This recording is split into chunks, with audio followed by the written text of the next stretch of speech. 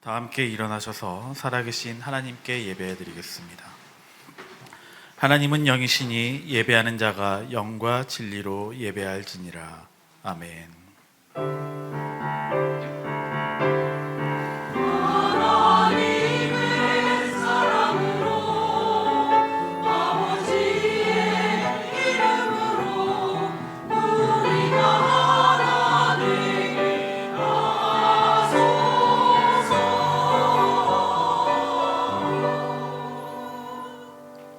우리의 삶의 주인이 되신 거룩하신 하나님 아버지, 오늘도 저희를 은혜 가운데 불러주시고 주님의 백성으로 함께 예배하게 하시니 감사드립니다. 우리의 흩어진 마음을 모아주시고 세상의 염려와 분주함을 내려놓게 하셔서 오직 하나님만 바라보게 하여 주시옵소서. 이 예배를 통해 오직 하나님만 높임을 받으시고 우리 주 예수 그리스도의 은혜와 복음이 우리의 심령 가운데 더욱 깊이 새겨지게 하여 주시옵소서. 예수님 이름으로 기도드립니다. 아멘. 다 함께 찬송가 1장 찬양하겠습니다.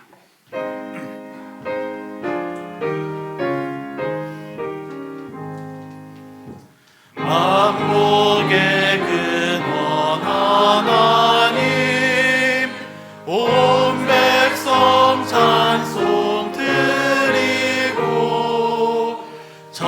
천사여 찬송하세. 찬송 성부 성자 성령.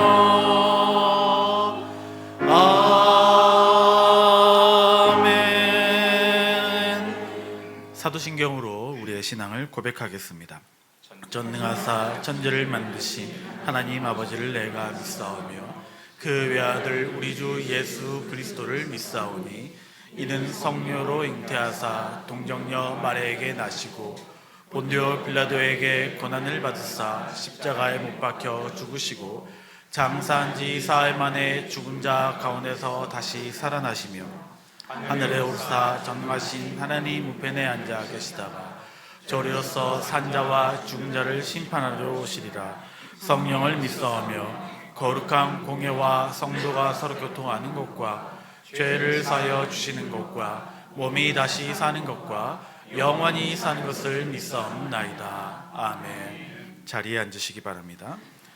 찬송가 90장 찬양하겠습니다.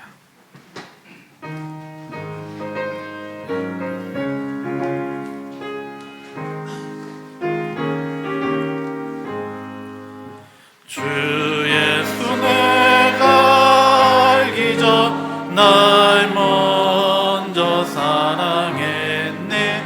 그 크신 사랑 나타나 내 영혼 거듭났네. 주 내 맘에 늘 계시고 나 주의 안에 있어. 저 포도 비유 같으니 참 좋은 나의 친구. 내 친구 되신 예수님 날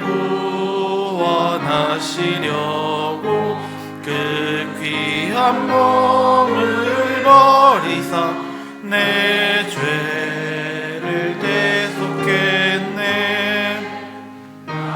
주님을 늘 믿으며 그 손을 의지하고 내 몸과 마음을 바쳐서 끝까지 충성하리. 내 진실하신 친구여 그 은혜 내려주사 날 항상 보호하시고 내 방패 되옵소서. 그 풍성한 참 사랑을 네 능히 끊을 소냐. 날 구원하신 예수는 참 좋은 나의 친구. 시간 우리를 대표하여 김학수 집사님 기도하시겠습니다.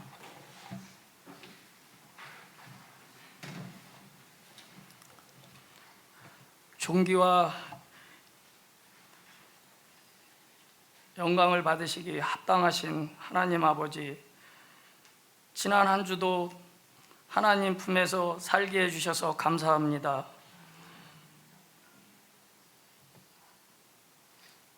하늘에서 이루어진 것까지 땅에서도 이루어진다 말씀하셨사옵나이다. 강동 등대교회가 이 땅에서 우뚝 설 수 있도록 은혜 내려 주시옵소서. 또한 원로 목사님을 위해서 기도합니다. 항상 어린 양들을 위해서 기도로 시작하고 기도로 마치시는 원로 목사님의 건강을 허락해 주시옵고 영혼간의 강건함을 주시옵소서. 또한 찬양대를 위해서 기도합니다. 항상 묵묵히 찬양을 준비하시는 찬양대를 위해서 은혜 내려 주시옵소서. 또한 교회를 위해서 봉사하는, 묵묵히 봉사하시는 분들께도 은혜를 내려 주시옵소서. 담임 목사님을 위해서 기도합니다. 오늘 말씀 창세기 17장 1절에서 10절까지 말씀을 주실 때 아멘 아멘으로 답할 수 있는 성도들이 될 수 있도록 도와주시옵소서. 그 말씀에 은혜 받고 돌아갈 수 있도록 은혜를 주시옵소서. 이 모든 말씀 예수님 받들어 기도드렸사옵나이다. 아멘.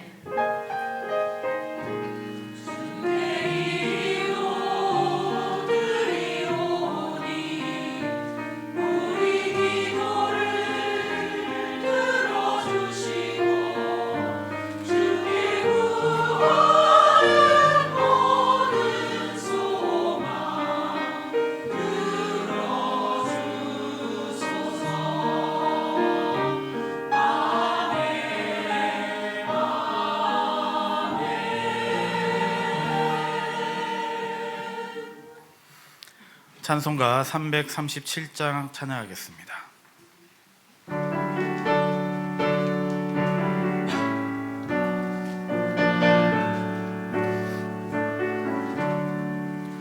내 모든 시험 무거운 짐을 주 예수 앞에 아뢰이면 근심에 쌓인 날 돌아보사 내 근심 모두 맡으시네.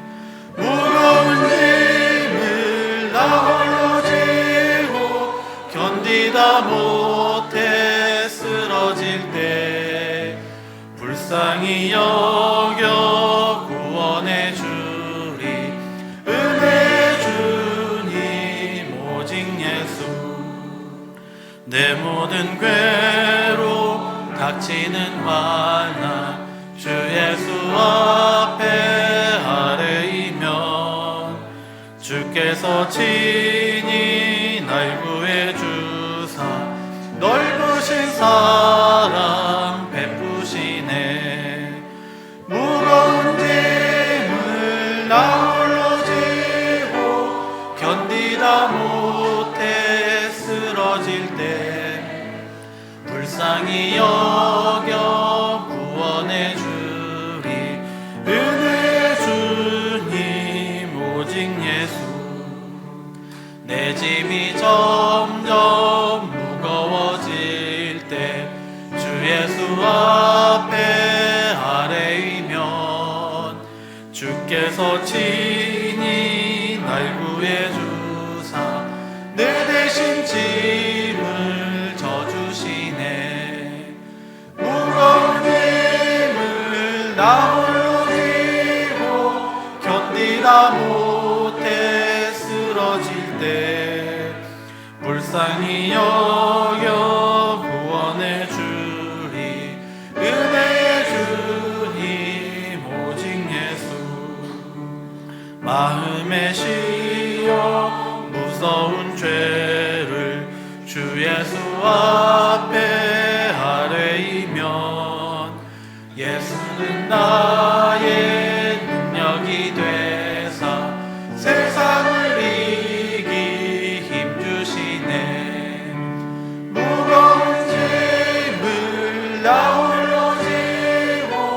견디다 못해 쓰러질 때 불쌍히 여겨 구원해 주리 은혜의 주님 오직 예수. 오늘 우리에게 주신 하나님의 말씀은 창세기 17장 1절부터 10절까지의 말씀입니다. 구약성경 창세기 17장 1절부터 10절까지의 말씀을 교독하면서 마지막 10절 함께 읽겠습니다. 아브라함이 99세 때에 여호와께서 아브라함에게 나타나서 그에게 이르시되 나는 전능한 하나님이라 너는 내 앞에서 행하여 완전하라. 내 언약을 나와 너 사이에 두어 너를 크게 번성하게 하리라 하시니 아브라함이 엎드렸더니 하나님이 또 그에게 말씀하여 이르시되 보라 내 언약이 너와 함께 있으니 너는 여러 민족의 아버지가 될지라. 이제 후로는 내 이름을 아브라함이라 하지 아니하고 아브라함이라 하리니 이는 내가 너를 여러 민족의 아버지가 되게 함이니라. 내가 너로 신이 번성하게 하리니 내가 너에서 민족들이 나게 하며 왕들이 내게로부터 나오리라. 내가 내 언약을 나와 너 및 내 대대 후손 사이에 세워서 영원한 언약을 삼고 너와 내 후손의 하나님이 되리라. 내가 너와 내 후손에게 내가 거류하려는 이 땅 곧 가나안 온 땅을 주어 영원한 기업이 되게 하고 나는 그들의 하나님이 되리라. 하나님이 또 아브라함에게 이르시되 그런즉 너는 내 언약을 지키고 내 후손도 대대로 지키라. 너희 중 남자는 다 할례를 받으라. 이것이 나와 너희와 너희 후손 사이에 지킬 내 언약이니라. 아멘.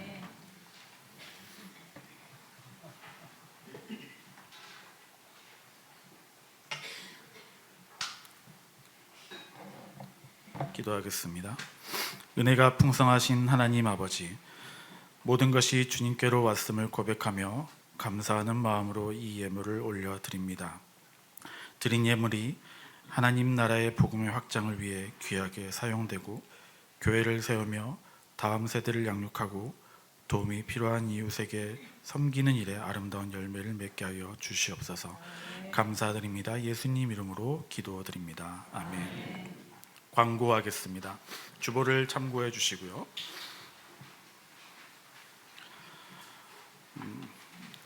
목회자와 성도들과의 간담회가 오늘 오후 12시 30분에 있습니다. 2부 예배 후에 4층 카페에서 진행이 되기 때문에 오늘 카페는 12시 30분까지 이용이 가능하십니다. 그리고 12시 반부터 4층에서 목회자와 성도들과의 간담회가 진행이 될 예정입니다. 그리고 2차가 8월 2일, 3차가 8월 16일에 예정되어 있습니다. 일정이 약간 수정되었는데요. 아직 신청하지 않으신 분들은 신청하면 되겠습니다. 다음 주에는 다음 주 오후 예배 후에도 새가족 친교 부서 모임이 있습니다. 박병석 담임 목사님과 함께하는 이 새가족 친교 모임은 이번에 새로 시작이 되는데 앞으로 한 달에 한 번 정도 정기적으로 진행이 될 것 같습니다. 함께 참여해 주시기 바랍니다. 그리고 제가 지난주 2부 예배 때 문패 광고 드렸습니다. 잘생긴 분들 찾아가실 수 있도록 제가 말씀을 드렸는데 저랑 박병석 목사님이 받으셨으면 우리 성도님들 다 받으실 수 있습니다. 예, 그러니까 오늘 사무실에 비치되어 있습니다. 찾아가시기 바랍니다. 찬양대 찬양 후에 박병석 목사님 나오셔서 말씀 인도해 주시겠습니다.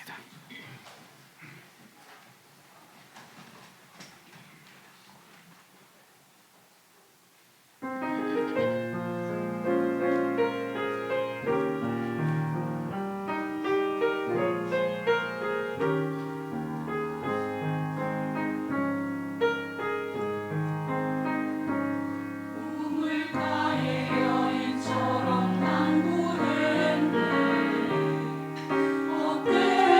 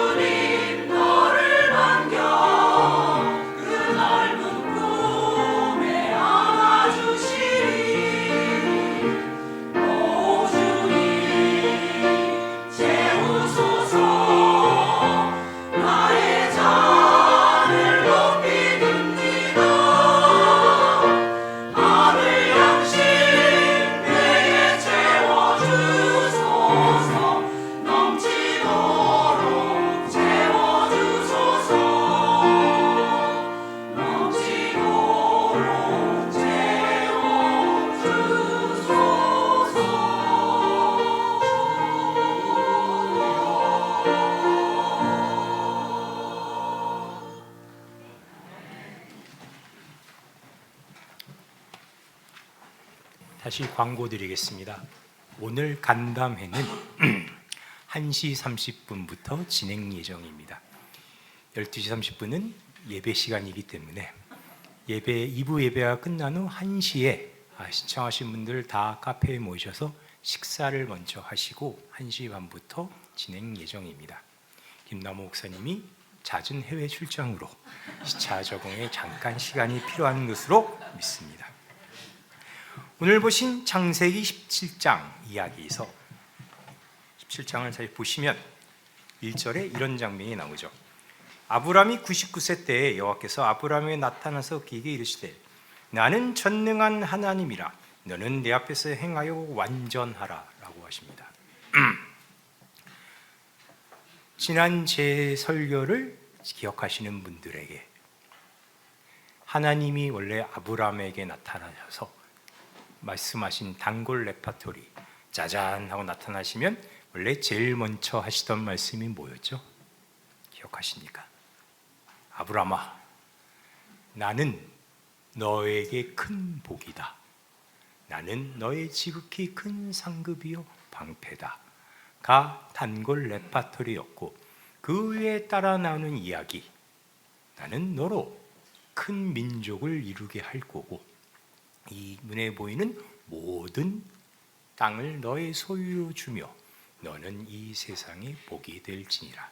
요게 제 설명에 따르면 한 패키지로 늘 하나님이 아브람에게 나타나시면 하시던 이야기였습니다. 그 이야기 시작은 언제나 아브람아, 나는 너에게 지극히 큰 상급이요 방패다 였는데 오늘 보신 17장에는 내용이 바뀌죠. 1절에 갑자기 나는 전능한 하나님이라 너는 내 앞에서 행하여 완전하라 라고 하십니다. 왜 이런 이야기를 하시는 걸까요? 하나님께서 17장 1절에 나오는 나는 전능한 하나님이라 너는 내 앞에서 행하여 완전하라는 말은 너는 내 앞에서 행하다라는 뜻은 너는 나와 함께하여 함께 동행하여라 같은 뜻입니다. 이 표현이 다른 성경에도 자주 등장하는데 그때는 뭐라고 하시냐면 내가 거룩하니 너도 거룩하라. 나는 너희의 하나님이다. 내가 거룩하니 너희도 거룩하다 하라 라는 말로 나옵니다. 그러니까 사실 내가 완전하니 너희도 완전하라 라는 말은 내가 거룩하니 너희도 거룩하라 라는 이야기와 같은 내용입니다. 그럼 하나님이 아직 아멘 하시면 안 됩니다. 하나님이 17장에서 원래 하시던 레파토리를 안 하시고 갑자기 내가 거룩하니 너도 거룩하다 라는 이야기를 하시는 걸까요? 그 연유는 여기 있습니다. 잠시 16장으로 가보실까요?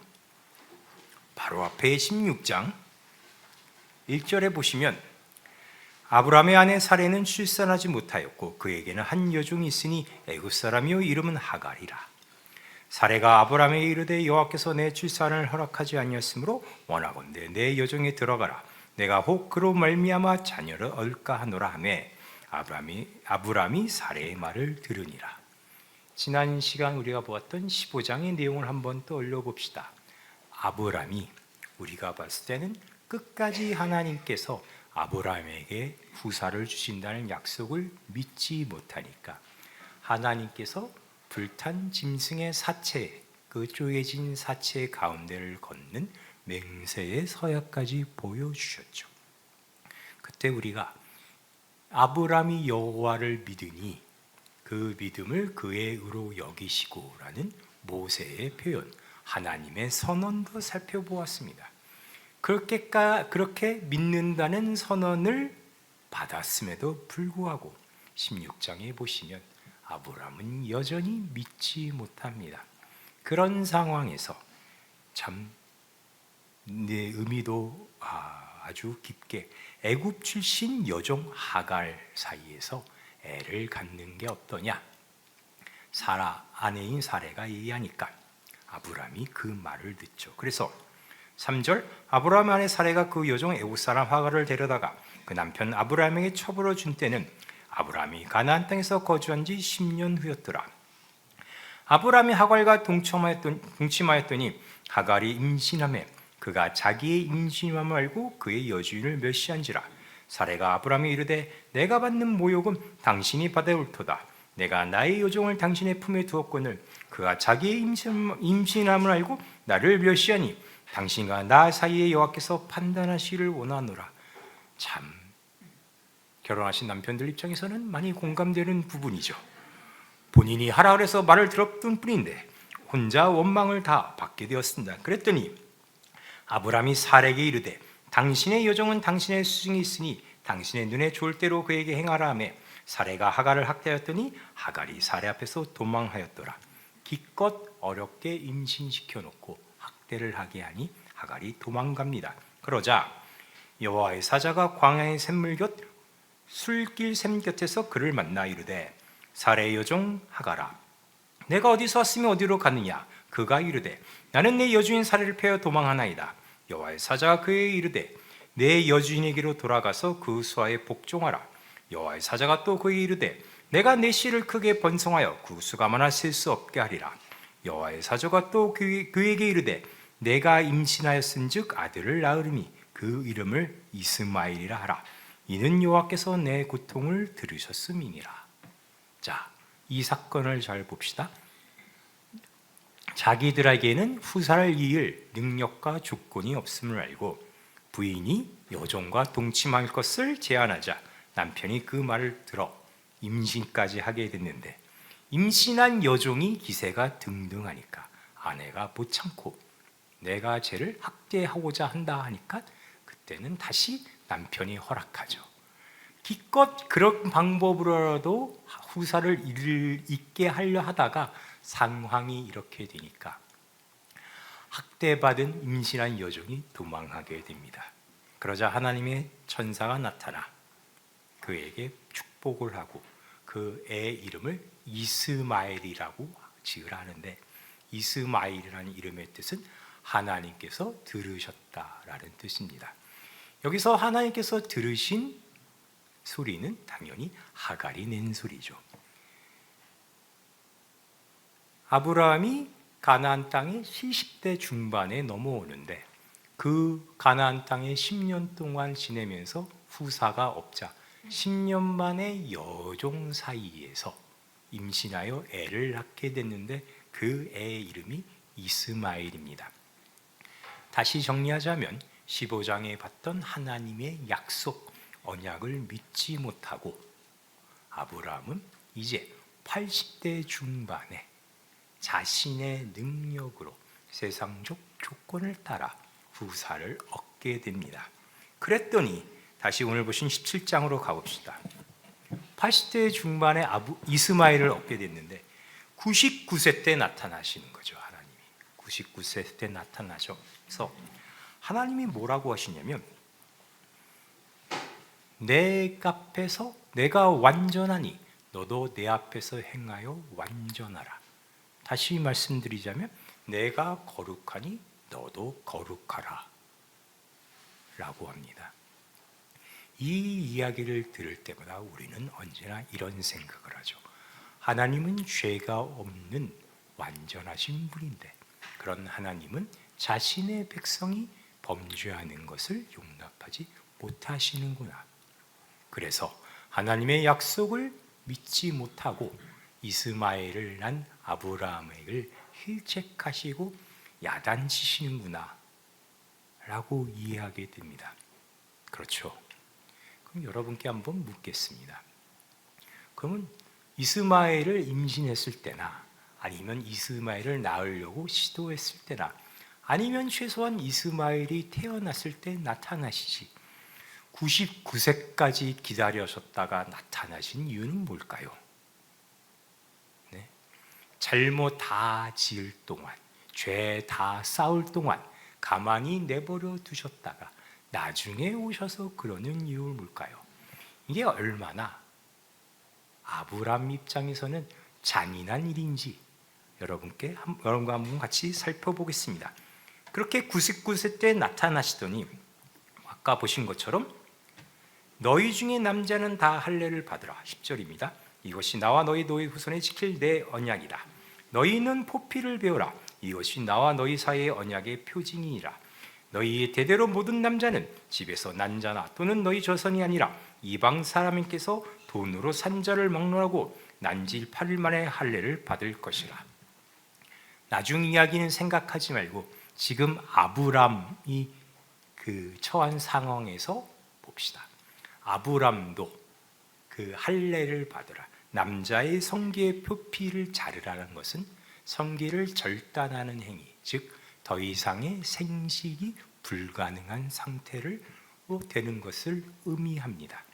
이제 아브람뿐만 아니라 아브람이 머무는 그 진영에 머무는 남자는 심지어 이방에서 팔려온 종인 남자라 하더라도 다 할례를 받으라고 하는 거죠.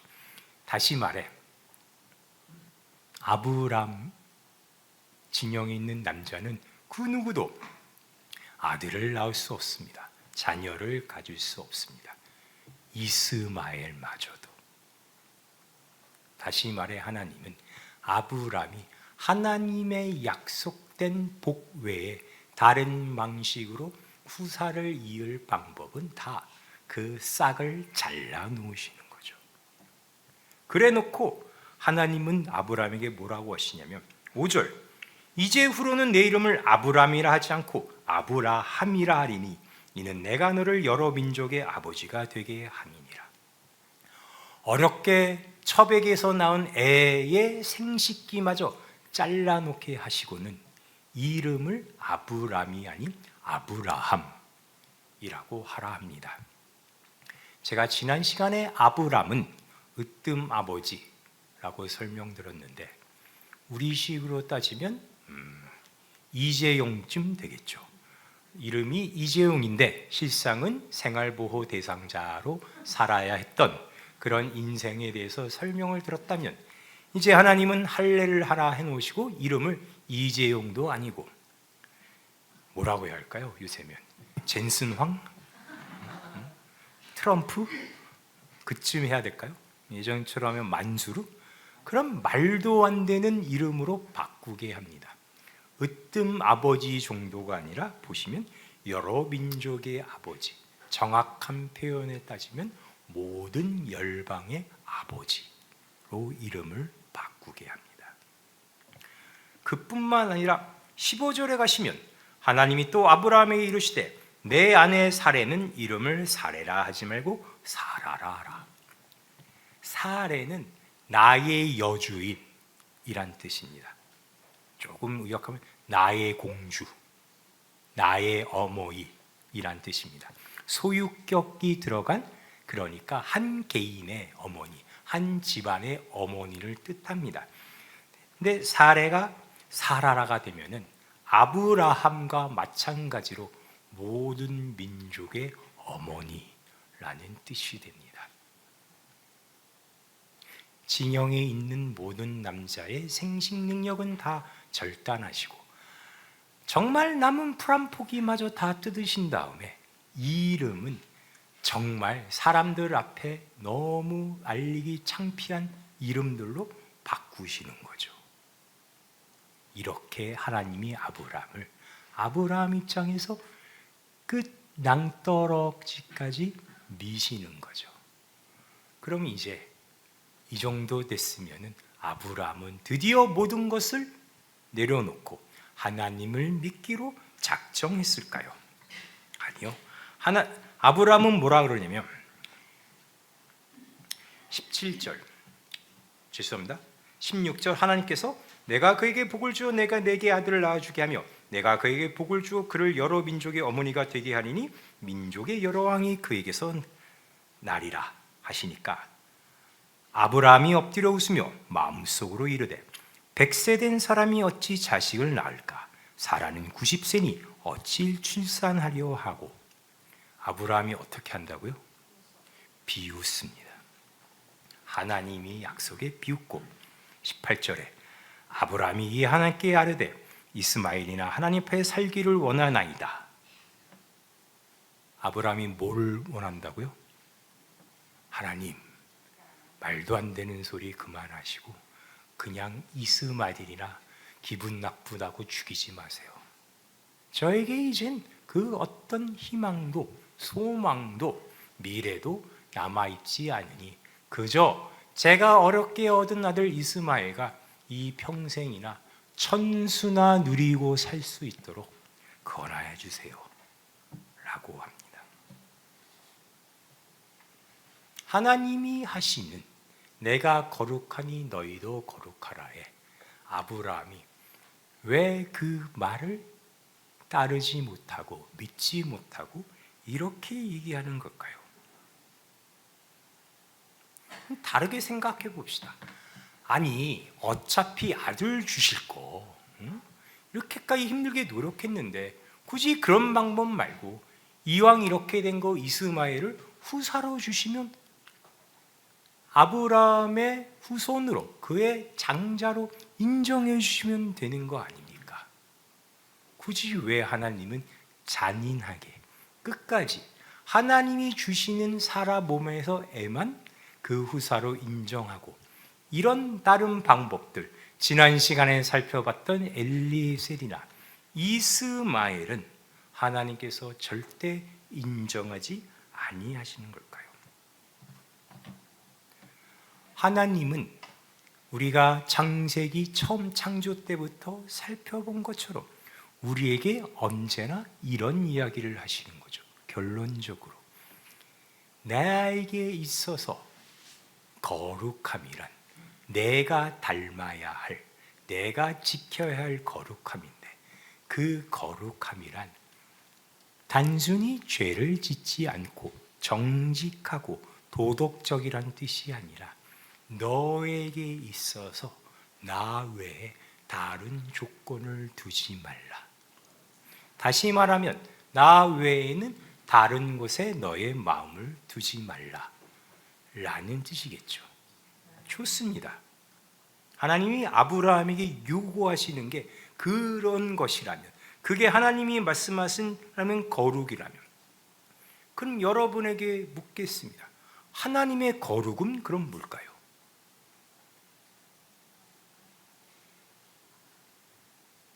우리는 죄가 없는 게 거룩한 거라고 생각을 했는데 후회도 없고 범민도 없고 고난도 없이 모든 일을 완벽하게 결정하고 수행하여 정말 한치의 오차도 어긋남도 없는 것이 거룩이라고 생각했는데 하나님이 나에게 요구하시는 거룩이란 건 그런 게 아니라 나 외에 다른 것에 마음 두지 말라가 거룩이라면 하나님이 말씀하신 내가 거룩하니에 내가 거룩하다라는 건 무슨 의미일까요? 그것은 나에게 있어서 내가 마음을 두는 것도 오직 너뿐이다라는 뜻입니다. 나는 너희가 없는 곳에서 내가 하나님임을 드러내지 않는, 내가 이 세상에 내가 하나님이며 우리가 아는 것처럼 인자하고 노하기를 더디하고 긍휼을 베풀고 구원을 베풀기를 좋아하는 하나님을 드러낼 때 나는 너 없는 곳에서는 그것을 드러내지 않겠다. 오직 너를 통해서만 드러내겠다. 나에게 있어서 이 모든 조건의 목적과 의도가 오롯이 너 하나인 것처럼 너에게도 나는 그런 존재가 되어야 한다. 그게 바로 내가 거룩하니 너희도 거룩하라라는 뜻입니다. 그런 사실을 알게 되면은 우리가 잘 아는 성경의 굉장히 유명한 비유가 다르게 이해가 됩니다. 어디 한번 살펴볼까요? 누가복음으로 가봅시다. 누가복음 15장. 누가복음 15장에는 여러분이 너무나 잘 아시는 탕자의 비유가 나옵니다. 여러분이 너무 잘 아시는 이야기이기 때문에 결론 부분만 읽겠습니다. 누가복음 15장 29절. 아버지께 대답하여 이르되, 큰형이 하는 말입니다. 내가 여러 해 아버지를 섬겨 명을 어김이 없거늘 내게는 염소 새끼라도 주어 나와 내 벗으로 즐기게 하신 일이 없더니 아버지의 살림을 장녀들과 함께 삼켜버린 이 아들이 돌아오며 이를 위하여 살찐 송아지를 잡으셨나이다. 아버지가 이르되, 예, 너는 항상 나와 함께 있으니 내 것이 다 내 것이로되 이 내 동생은 죽었다 살아났으며 내가 잃었다 얻었기로 우리가 즐거워하고 기뻐하는 것이 마땅하다 하니라. 아까 우리가 들은 이야기, 즉 31절에 아버지가 큰 아들이 하는 얘기가 그 하나님이 아브라함과 했던 얘기와 같은 얘기라고 가정해 봅시다. 즉 이 모든 얘기, 아버지가 이르되 너는 항상 나에서 이런 얘기를 다르게 표현하면, 아들아 내가 거룩하니 너도 거룩하라 라는 이야기로 가정해 봅시다. 큰아들의 불만은 뭡니까?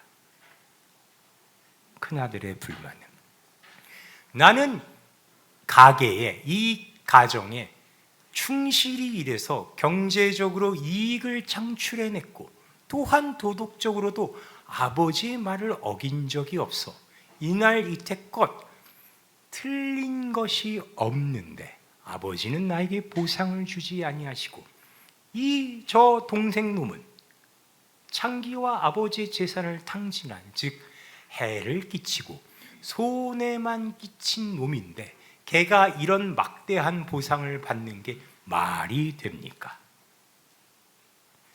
그러니까 아버지가 뭐라 하죠? 저는 태어나서 지금까지 한 번도 이게 이해가 되지 않았습니다. 예? 언제나 아버지가 큰아들한테 사기치는 대목 같았습니다. 마치 제가 제 동생과 다툴 때마다 저희 부모님이 저를 다독거리면서, 예, 쟤는 시집가면 끝이잖니, 네가 양보하고 참아라. 그 결과는 얘기하지 않겠습니다. 그런 얘기같이 들렸습니다. 그런데 아까 하나님이 아브라함에게 했던 이야기를 여기에 적용해 봅시다. 동생이, 그러니까 집 나갔다 돌아온 동생이 아버지께 그런 막대한 보상, 귀한 옷, 가락지, 예? 잔치를 베푸는 그러한 보상을 받는 이유는 뭘까요? 큰아들의 말처럼 그게 그 작은 아들이 한 행위라면은 말이 안 되는 처사죠. 근데 작은 아들은 왜 그런 걸 밟습니까? 아들이니까. 즉 재밌는 사실은 그 둘째가 받은 보상은 원래 둘째 거라니까요. 원래 본인 거라니까요. 아버지가 큰아들한테 하는 얘기처럼 내게 다 네 거 아니냐, 너는 왜 그걸 달라고 하느냐, 내가 이 모든 것을 가진 너의 아버지인 이유는 내가 이걸로 더 큰 부자가 되고 더 큰 권력을 누리고 세상에 더 유명해지려는 것이 아니라 너에게 다 주려고 하는 그 목적이지. 너를 나와 같이 가장 귀한 존재로, 세상에서 가장 큰 행복을 누리는 존재로 만들기 위함이지. 네가 언제나 내 말을 듣고 내 일을 해서 큰 이익을 얻어서 내 아들이 되어 그래서 보상을 받는 게 아니라 네가 태어나기 전부터 나는 이미 이 모든 걸 너에게 주리라 마음먹은 거지. 그런 의미가 아니란다. 그래서 아버지가 내가 거룩하니 너도 거룩하라 해서 뭐를 요구합니까? 마지막 32절, 우리가 즐거워하고 기뻐하는 것이 마땅하니라. 너에게 있어서, 나에게 있어서 모든 조건이 너인 것처럼 너에게 있어서 모든 조건이 나라는 것은 나 외에 다른 것에 마음 두지 말라는 것은 피조물, 잠시 있다 없어질 것에 너의 가치를 두지 말고 너의 의미와 목적을 두지 말고 너는 영원한 모든 것을 지은 전능한 너의 아버지를 닮아 그 아버지의 성품으로 세상을 다스리는 역할을 해야지. 나는 세상을 어떻게 다스린다? 사랑으로. 너는 그것을 해야지. 그게 마땅히 네가 해야 하는 것이란다. 그걸 가르쳐 성경이 내가 거룩하니 너희가 거룩하라 라는 의미가 됩니다. 그래서 하나님은 언제나 당장은 아니더라도 여러분 다 그런 경험을 하실 겁니다. 오늘 교회 땡땡이 치고 놀러 왔는데 목사님도 잘 모르시는 것 같고 속으로 목사님에 대해서 목사님 솔직히 나보다 좀 못생기신 것 같은데 아버지 잘 만나서 목사하시는 거 아닌가 이런 생각했는데 목사님은 내가 그런 마음 품는지 전혀 모르는 것 같고 다 이렇게 넘어가시는 것 같죠. 내가 이런 짓을 했는데 하나님한테 바로 야단 안 맞고 똑같이 몸 건강하고 나 승진하고 괜찮을 것 같죠. 하나님이 언제 나타나셨다고요? 99세 때. 그래서 오늘부터 날짜를 계산하라고 말씀드리는 게 아니라 하나님은 언제라도 나타나셔서 지금 당장은 여러분께 관용을 베푸실지라도 여러분이 이스마엘의 다른 세상적 조건에 마음을 두고 그 정도 가치에 갇혀 살게 되는 것을 용납하지 아니하신다고요. 단순히 여러분의 인생에 그 여러분이 생각하는 100년이 채 안 되는 그 기간 동안 편안하게 살다 갈 생각이시라면 죄송한 말씀이지만 택도 없는 소리입니다. 하나님은 언제나 끝까지 집요하게 여러분 안에서 하나님 외에 여러분이 복을 받는다고 생각하는 모든 조건을 없애실 겁니다.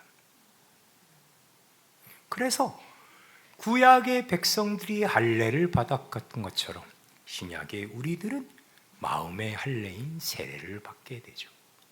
그 할례라는 것은 육적인 죄로부터의 끊어짐을 의미하지만 그 죄로부터의 끊어짐은 단순히 여러분이 거짓된 어떤 잘못된 행동, 여러분의 욕망, 세상적 가치 추구와 같은 비도덕적인 것으로부터의 끊어짐이 아니라 하나님 말고 나머지 것들에 마음을 두려고 했던 나의 그러한 생각으로부터의 단절을 의미합니다.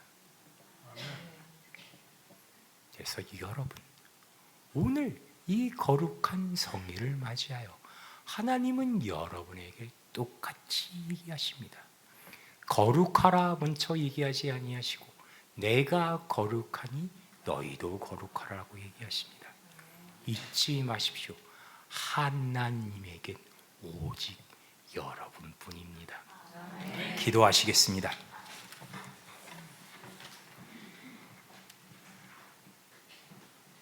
하나님, 그 옛조상 우리 아브라함을 하나님께서 택하시고 그의 하나님이 되시고 그의 아버지가 되셔서 그에게 복을 주사 믿음으로 구원받고 하나님의 복을 받아 이 세상의 복된 존재의 모범을 삼으셨으니 그 성경 말씀을 듣고 이제 믿음을 갖게 된 우리는 비록 매일매일 삶에서 우리가 어리석고 힘겹고 모든 것이 다 가능성이 없고 아무런 희망도 없는 것 같은 나날을 보내고 있으나 하나님의 능력으로 말미암아 주께서 주시라 하는 모든 복의 약속이 우리에게 이루어질 줄로 믿습니다. 나는 비록 믿음이 약해 오늘 작은 일로 가족과 다투고 세상적 욕망을 두고 세상에 하나님을 믿는 형제들과 경쟁할지라도 하나님께서는 언제나 우리를 거룩하게 하시고 결국에는 우리를 오직 하나님만 바라보는 그러한 귀한 자녀로 만들어 갈 줄로 믿습니다. 언제나 하나님과 동행하여 거룩해지는 것이 우리 삶에 있어서 유일한 희망이요 기쁨임을 늘 되새길 수 있는 우리 강동등대교회 교인들이 될 수 있도록 주께서 우리의 매일의 삶에 동행하여 주시옵소서. 예수님의 이름으로 기도하였습니다. 다 함께 일어나셔서 찬송가 5장 함께 찬양하겠습니다.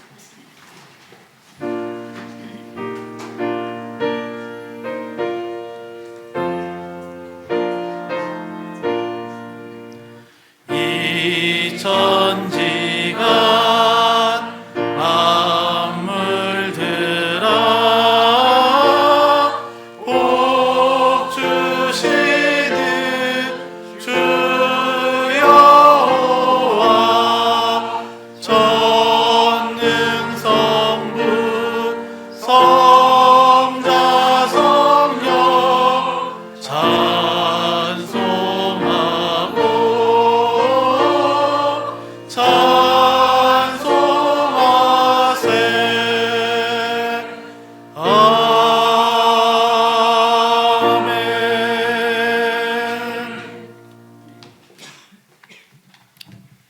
이제는 우리 주 예수 그리스도의 은혜와 하나님의 놀라우신 사랑과 성령 하나님의 감화 감동 교통하심이 주의 자녀로 거듭나 이제 예수 그리스도 안에 모든 것을 동일하게 하신 하나님의 뜻을 따라 하나님의 거룩함을 세상에 드러내며 살아갈 우리 거룩한 강동등대교회 성도들 머리 위에 지금으로부터 영원토록 함께 있을지어다. 아멘.